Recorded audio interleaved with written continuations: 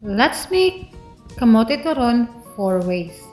Ay, Bisaya vlog mo dahil sa mga Bisaya, ha? Before di ay na ako sugdan ni siya, guys. Hatag di ko credit sa akong mga assistant. Sila ang reason nga nagbuhat ko ani nga recipe kay sila nagsuggest ani kung nagkatilaw na ba ko na ko og kanang kamote turon kay sige man mihimog saging nga turon lain-lain tangag langka and ang uban i-fry kanang mga kuan lang ba normal nga Bisaya nga mga snack. So di kalit pag suggest na ko nga ate kanang nakasuway na ka og kamote turon ko. Nya nay cheese sa tungain ko. Ha? Wala yung try ana.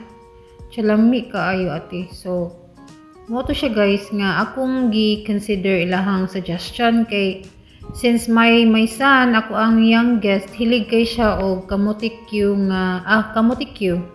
So nagapa-fry gid siya kamote nya ako hilig sa ko personally I like kamote kanang himuon ako tong replacement akong rice kanang sweet potato. So Ayan guys, we also napapalit make ng kamote si Arjon. Pani kaayo kay kani sila After nito, After nito, wala pa. kanang Balitan ka tanan. sila labor. after panitan na tanan, nahirapan kami sa kalisod kasi napipilit siya sa plastic. Nani odyo. Ako amang phone lang ba.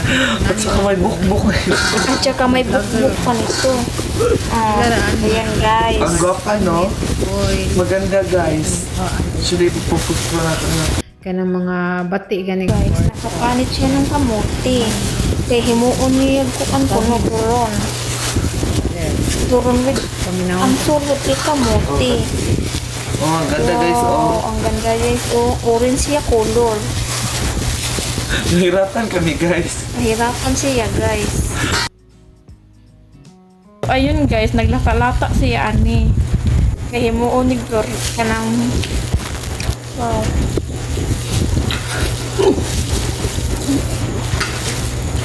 Ito, ang duting ko.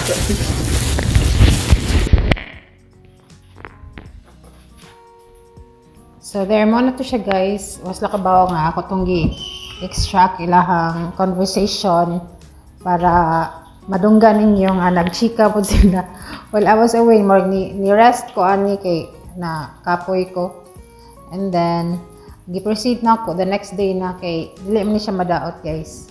And then aktong butan ako ganina, condensed milk to, mga half sa condensed milk. And then wala na gini siya recipe guys, tansya lang ni siya. And then gihiwa ko og kanang mga dili thin slice lang of cheese. Kay first time na ako, so I don't wanna overpower the kamote with the cheese slice. Kay di pa man ko sure kung unsay unsay iyang result, unsay lami ani ba. So there you go. Makita nimo nga nag-roll ko, nagbutang lang ko. Wala siya gi-measurement, ako lang siya gidaghan. Kay pangbalay raman. So like mga 2 tablespoon siguro ni siya nga kamote. Tansya lang yun siya basta kay mo turned out siya nga baga siya, nibutanganin mo siya og cheese tunga. And then i-cover na po nimo siya og kamote and then you roll it. Ang gamit na ko nga lumpia wrapper ani is medium size. Nya ipit gid kana siya guys kanang ikakaon nimo gani kanang full gid gani kay tanan dili gid siya ingon nga puros wrapper. More on puros kamote siya nga gi-mash ato nga and then mo na siya. There you go. I just gamitan na ako siya kanang flour paste is just an equal part of flour og water para may himuon akong paste.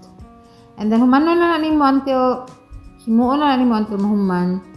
Ang nahimo sa ako ang buko kung pila siya ka buok kamote mga naabot mo siguro siya mga 3/4 ang kamote. And then ang nabuhat niya kay nas mga 12 man ata kay gidagko ang gunaw siya.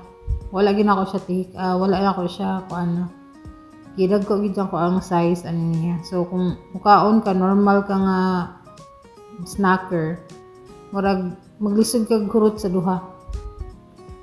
Pero kung gutom kay kaya makurot kag tulo. Or lamig gid siya.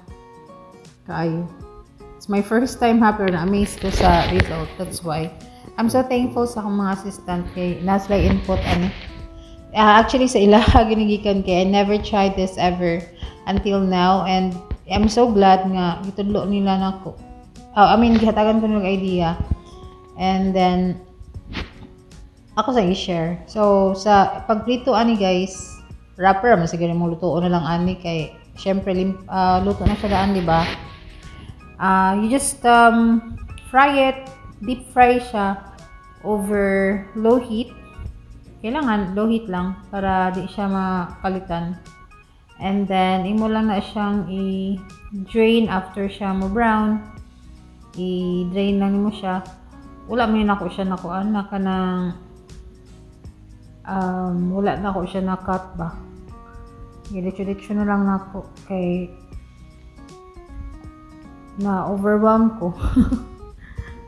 Nalingaw ko ani nga kani nga recipe. Super kay kanang there are more ways of making it elevating a normal Pinoy snack into something like mura siya gourmet nga murag laysyo tan-aon, social ba kay syempre hilason ba ta nga mama, so we wanna I don't know for other moms basta kay ako I just love kanaging ganahan ko nga i-please na ko akong kids sa kitchen.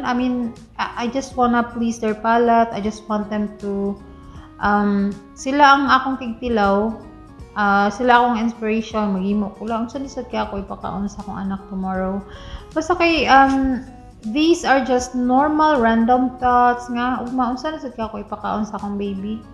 Kay it was my dream ang good to afford staying at home, and we know that it's not very dili siya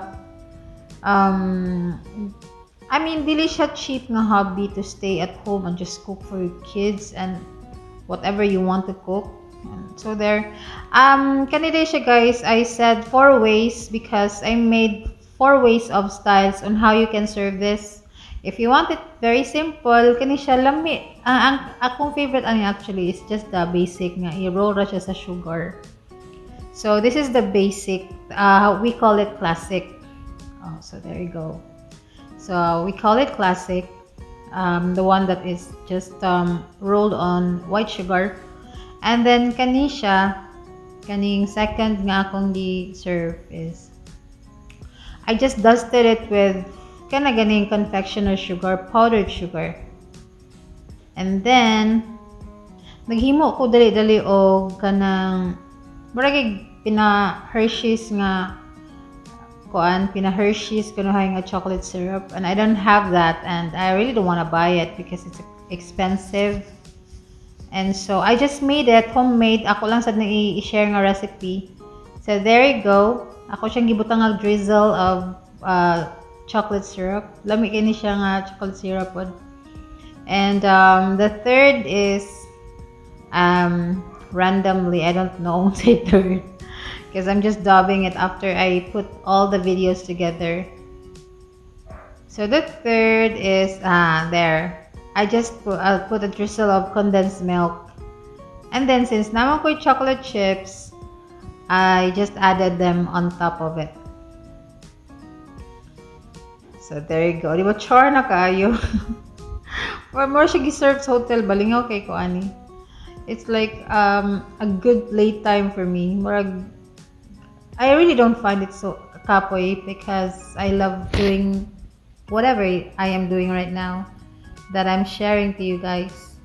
I really, really enjoy it. So there, kani siyang fourth is kinda healthy. Char.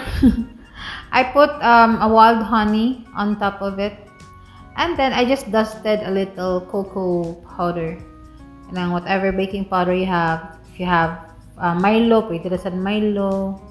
Para lang char lang good guys, but bisag asaan na nila, it's all good. Kaya ang sulod niya, bisan pag wala siya i-roll sugar, lami na. So, mura na siya. for more recipes like this, mga ideas, just follow for more. And if you like the video, please share to your friends. Thank you so much. Bye!